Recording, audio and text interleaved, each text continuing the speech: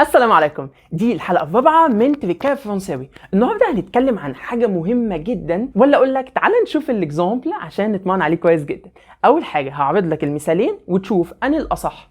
داكور؟ سي بارتي. Je n'ai pas vu personne. Je n'ai vu personne. ايه الاصح او ايه الصح هنا؟ اولا كده اول اكزامبل ده غلط نهائي. ليه؟ لان بيرسون هنا ده نفي، فاذا ما ينفعش احط با. اذا ne pas هنا غلط، فبقول ne personne. فبقول كده تاني ها. Je n'ai vu personne.